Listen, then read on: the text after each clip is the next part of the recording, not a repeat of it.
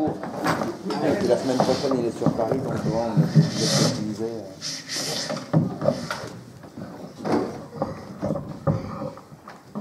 Alors déjà, bonjour à tous.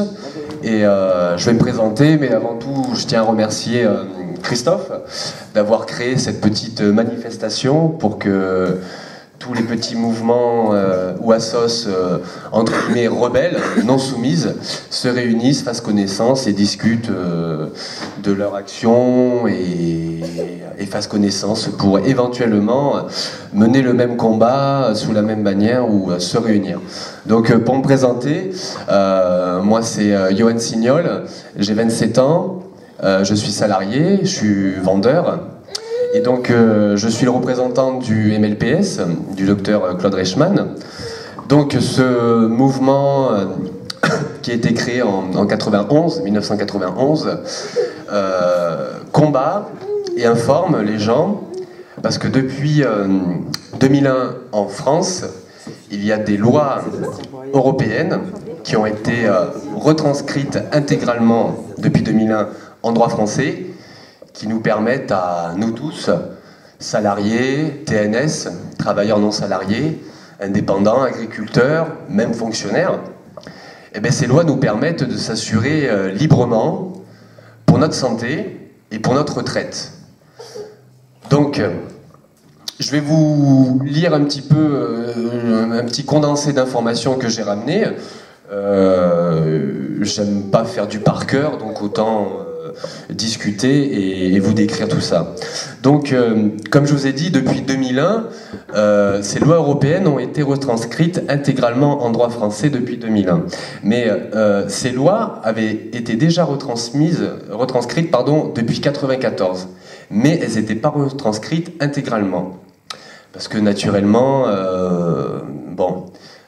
les hauts fonctionnaires, les magistrats qui nous dirigent, qui dirigent un petit peu notre train de vie, eh bien, naturellement, ils ne voulaient pas que tout citoyen que nous sommes allions et choisissons notre propre assurance maladie ou retraite, parce que naturellement, sur leur fauteuil des stalles, toutes nos cotisations, c'est eux qui les gèrent. Donc pour leur propre intérêt ou autre, mais bon, ça, le débat n'est pas là. Donc, pour info, en 2000, la France a été condamnée pour manquement de retranscription en droit français des lois européennes. Elle a été condamnée à hauteur de 242 000 € par jour d'amende. Donc à la fin de l'année, ça commence à faire un petit pécule quand même, toutes ces amendes, comprenez. Et donc, en 2001, Lionel Jospin, qui faisait partie du gouvernement en place, a signé, retranscrit toutes ces lois. Donc évidemment, il n'y a pas eu de débat au Sénat. Est-ce qu'on le fait? Est-ce que c'est possible ou pas possible? Pour ne pas éveiller les personnes. Parce que naturellement, si on dit à chaque citoyen, du jour au lendemain, vous avez le droit de choisir votre assurance santé, avec les options qui vous conviennent le mieux, et qui vont induire bien sûr le montant de la cotisation, et puis surtout pour la retraite, ben naturellement, du jour au lendemain, les Français se seraient dit attends, si je vais voir ailleurs, je peux payer 4 à 5 fois moins cher, voire même 10 fois moins cher pour certaines personnes. Donc naturellement, il n'y a pas eu de débat au Sénat, ça a été retranscrit plus ou moins sous la table. Hop, histoire réglée, on n'en parle plus. Naturellement, vous n'étiez pas au courant de tout ça, depuis ce temps-là, parce que les lois ne sont pas appliquées. Les lois, elles sont là, vous pouvez le vérifier par vous-même, avec notre meilleur ami Google, qu'on connaît tous. D'ailleurs, après ce petit passage, pour les curieux ou ceux qui veulent des textes de loi ou des informations, n'hésitez pas à venir me voir. J'arrive de Sarlat, je peux rentrer à 10h du soir, il n'y a pas de souci, je serai dispo pour vous expliquer tout ça. Donc depuis ce moment-là, les lois ne sont pas appliquées. Donc ce qui fait que l'MLPS est là pour faire appliquer les lois. Donc juridiquement, le MLPS soutient, avec des lettres types personnalisées, chaque personne qui veut bénéficier de son droit, de son plein droit, c'est-à-dire pouvoir s'assurer librement où il veut, pour sa santé et pour sa retraite. Donc pour parler maintenant un petit peu de moi, personnellement, mon cas à moi particulier, donc je vous ai dit, je suis salarié. avant d'être libéré, d'être au courant de tout ça, de toutes ces lois, parce que naturellement, on ne se libère pas comme ça, je recommande, et même le MLPS aussi vous dira, informez-vous vous-même, regardez, allez voir de vous-même que ces lois sont là, et naturellement comprendre aussi un petit peu les dessous de la machine infernale qui s'appelle la sécurité sociale. Donc avant de se libérer, de passer le cap, il faut s'informer. Le MLPS ou d'autres personnes libérées depuis plusieurs années ou même plusieurs décennies pourront aussi donner vos réponses à toutes vos interrogations. Il y a aussi ce livre écrit par un libéré. C'est une personne qui est libérée depuis janvier 2013, qui a écrit ce bouquin et qui relate son petit parcours de libéré et qui décrit parfaitement dedans le fonctionnement de la sécurité sociale depuis 1945. C'est très très très intéressant, j'encourage vraiment toute personne à découvrir ce livre. C'est Laurent Schregrett qui l'a écrit et il est disponible pas tout dans les librairies de France, mais en tout cas sur Amazon c'est possible de le trouver. Donc pour revenir à ma petite personne, donc quand j'étais salarié qui était couvert par la Sécu française, l'URSSAF, je touchais, alors tout ça c'est vérifiable encore une fois, hein, je gagnais mensuellement 894,50 € net. J'ai un 20 heures, j'ai un contrat de 20 heures par semaine. Après ma libération, avec l'aval de mon employeur, après ma libération, je suis passé à quelques euros près, 1300 €, toujours avec un 20 heures par semaine. Grosso merdo, un 20 heures par semaine rémunéré pour un 35 heures. Voilà, grosso modo, ça représente ça. Donc, mon assurance santé que j'ai choisie, que j'ai souscrit chez un assureur européen privé, cette assurance santé me coûte 240 € par mois. Dans ces 240 €, eh bien, je suis remboursé à 100% des frais réels. C'est-à-dire, je vais chez le médecin, je paye 23, je suis remboursé 23. Et en cas d'hospitalisation, j'ai 0 frais avancés, je suis pris en charge à 100% par mon nouvel assureur européen. Donc, ces 1300 de revenus, moins mon assurance maladie de 240, il me reste 166 €. À quelques euros près, hein. Il me reste 160 €. Ces 160 € de gain de pouvoir d'achat, j'en fais ce que je veux. C'est-à-dire, je prévois ma retraite maintenant, au jour d'aujourd'hui, je suis libre de prévoir ma retraite, c'est-à-dire je capitalise ma retraite. Je la place dans une assurance vie et je capitalise par mois 100 €. Donc, moi, ma petite personne, je prépare ma retraite à hauteur de 100 € par mois pour l'instant. Donc ça veut dire que le jour J où je devrais prendre ma retraite, c'est-à-dire promener le chien, jardiner et compagnie, je suis sûr de toucher ce que j'ai capitalisé par mois. Ce que j'ai mis de côté personnellement. Je la toucherai soit en rente, mensuellement, ou soit je récupérerai le capital entier. Et si un jour je décède, je disparais, ma femme récupérera 100% de ses capitaux que j'ai placés. Ou elle les récupérera, si elle le choisit, en rente. Et si ma femme n'est plus là ou qu'elle ne désire pas toucher à cet argent, c'est ma fille qui touchera ça, ces capitaux. Vous savez au jour d'aujourd'hui que, un exemple, le chef de famille, le père qui disparaît, sa femme, si elle ne touche pas de salaire convenable ou si elle touche une toute petite retraite, elle a le droit de toucher la retraite de son homme, pour lequel il a cotisé. Vous savez très bien qu'au jour d'aujourd'hui, avec notre système français qui s'occupe de notre retraite, eh bien cette femme, elle touchera que 53% de la retraite de son homme. Pour faire la différence, l'assureur privé, en tout cas l'organisme européen auquel je capitalise ma retraite, j'ai signé un contrat, il reversera 100% de mes capitaux à ma femme ou ma fille. Bon, je trouve déjà que c'est assez logique quand même.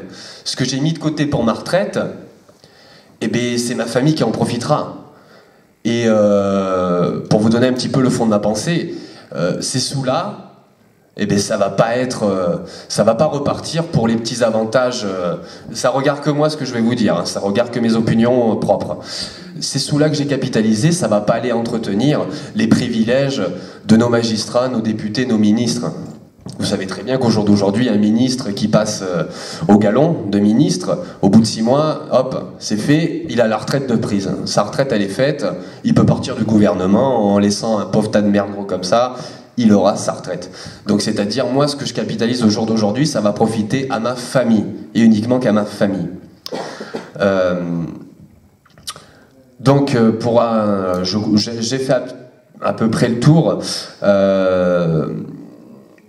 Qu'est-ce que je pourrais aborder encore? Eh bien, si, il y a quelque chose d'important qu'il faut que vous sachiez, c'est qu'au jour d'aujourd'hui, le MLPS, présidé par le docteur Claude Reichmann, au jour d'aujourd'hui, avec les solutions et le suivi juridique qu'apporte le MLPS, chaque TNS de France, travailleur non salarié, ou chaque salarié ouvrier de France, du jour au lendemain, en faisant le choix que j'ai fait, pourra toucher 30% de revenus supplémentaires, avec une assurance santé. Dans ces 30% que je vous ai décrits, il est compris l'assurance santé. Pour ça qu'il faut mieux que je précise, chaque salarié ouvrier de France pourra toucher en moyenne 30% de revenus supplémentaires. C'est une moyenne, hein. Les salariés qui ont la chance d'avoir des revenus assez sympathiques, on va dire ça comme ça, peuvent s'attendre à toucher plus, voire même beaucoup plus. Donc, tout ça pour dire qu'au jour d'aujourd'hui, le MLPS peut, à chaque TNS ou salarié de France qui le désire et qui le souhaite, eh bien, il peut lui augmenter ses revenus de 30%, du jour au lendemain. Donc, je pense qu'il est bon de divulguer l'info, partager l'information, parce que au jour d'aujourd'hui, bon, tout le monde fait la bataille sur le coût du travail, mais c'est pas la main d'œuvre qui est chère en France. Loin de là, la main d'œuvre est qualifiée, c'est pas la main d'œuvre qui est chère, c'est les charges sociales qui sont chères. Et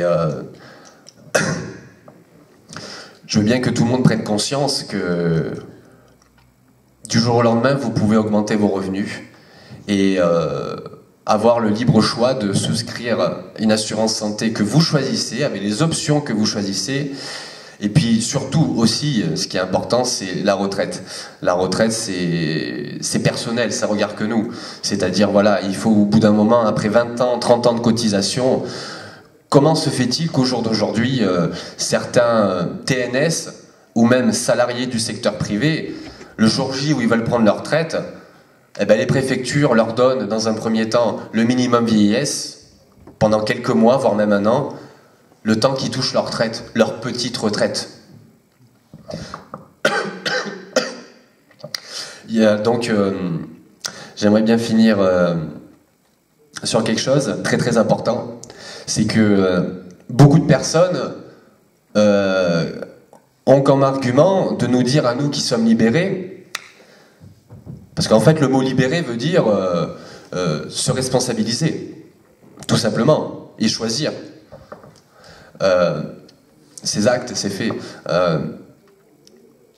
Excusez-moi, ça m'a passé la dernière fois ce que je voulais vous dire, elle va revenir de suite.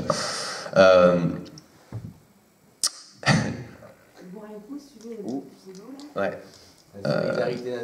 Merci Seb, t'as un bon change-rien. Merci Seb. Donc beaucoup de gens, pendant des débats, ou même là, ou après cette petite intervention que je fais, beaucoup de gens vont nous dire, vous qui êtes libérés, qui changez de sécu, parce qu'on ne quitte pas la sécu, hein, on change de sécu, c'est tout. Hein. Beaucoup de gens vont nous dire, mais attendez, vous êtes en train de bafouer la solidarité nationale que nos aïeux ont mis en place fin du XVIIIe siècle. Alors moi je tiens à vous dire qu'au jour d'aujourd'hui, je suis salarié, au jour d'aujourd'hui, si les gouvernants prenaient, je vais exagérer mais je le pense vraiment, 75% de mes revenus, si demain les gouvernants décident de prendre 75% de mes revenus, pour mon assurance santé et ma retraite, c'est-à-dire pour la Sécu française. Ces 75%, ça va me faire chier.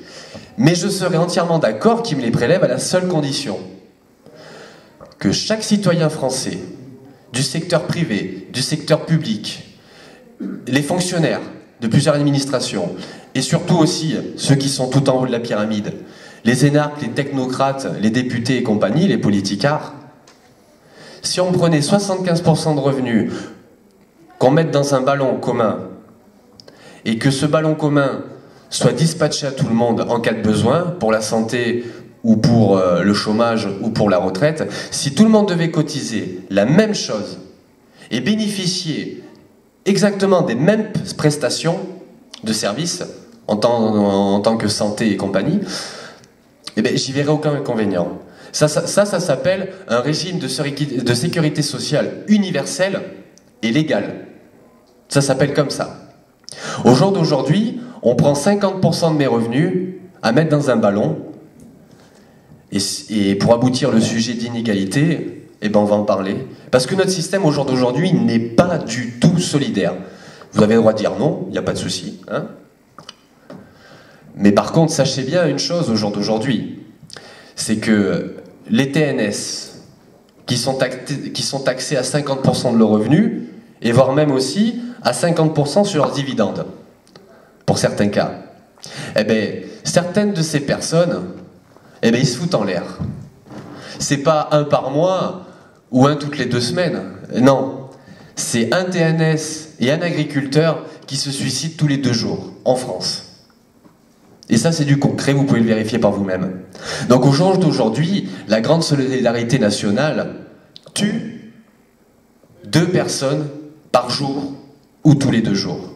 Avant-hier, c'est un citoyen, un restaurateur de Dordogne, mon département, qui s'est foutu en l'air. À force de subir les pressions de sa caisse de sécurité sociale au nom de la grande solidarité, il s'est foutu en l'air. Ça me touche un petit peu, hein. Bon, si je lâche une larme, bon, c'est pas du cinéma, ça me touche un petit peu parce que on se bat tous les jours pour nourrir notre famille, et au nom de la solidarité, les gouvernants, les dissidents, nous spolient intégralement pour leurs privilèges. Parce que sachez que leurs petits privilèges et leurs régimes spéciaux nous coûtent très très cher. Certes, dans le trou de la Sécu, il y a des abus, il y a de la fraude. Oui, ça c'est sûr et certain.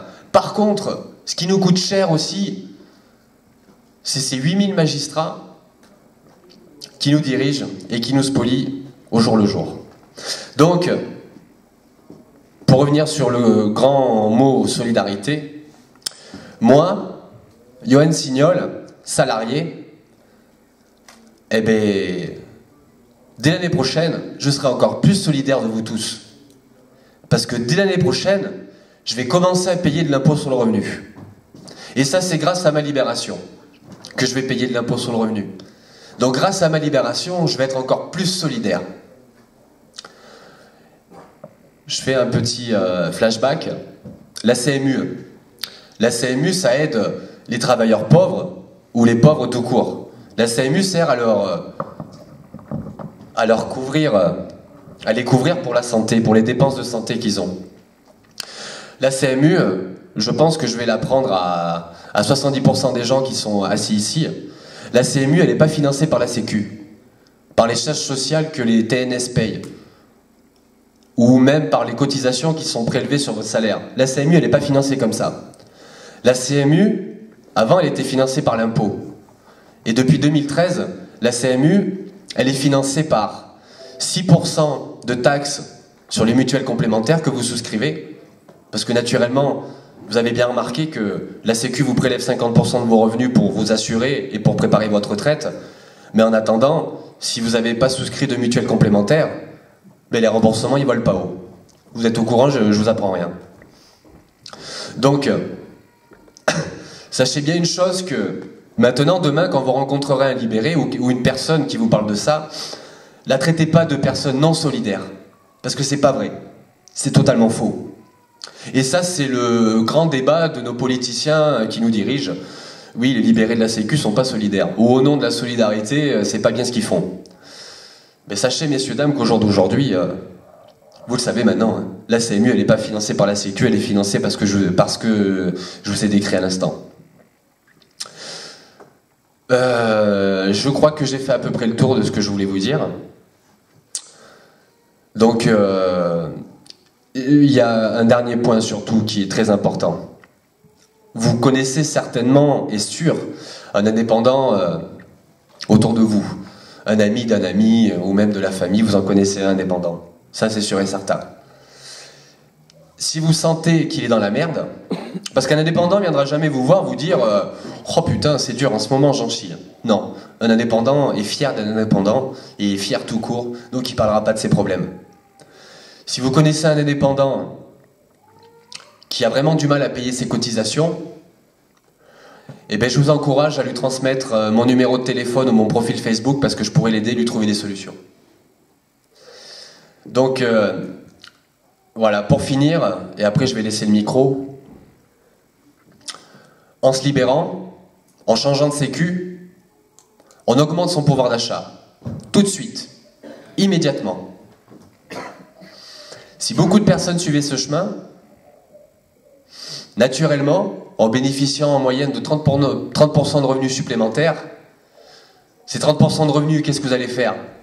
Vous allez capitaliser un peu pour votre retraite, mais qu'est-ce que vous allez faire?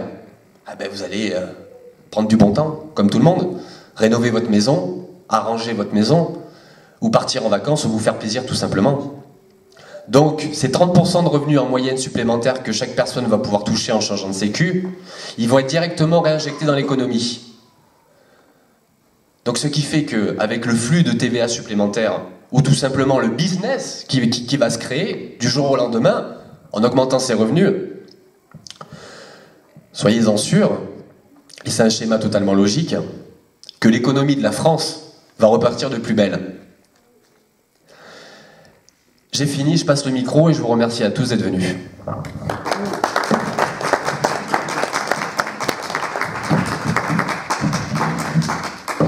Au suivant.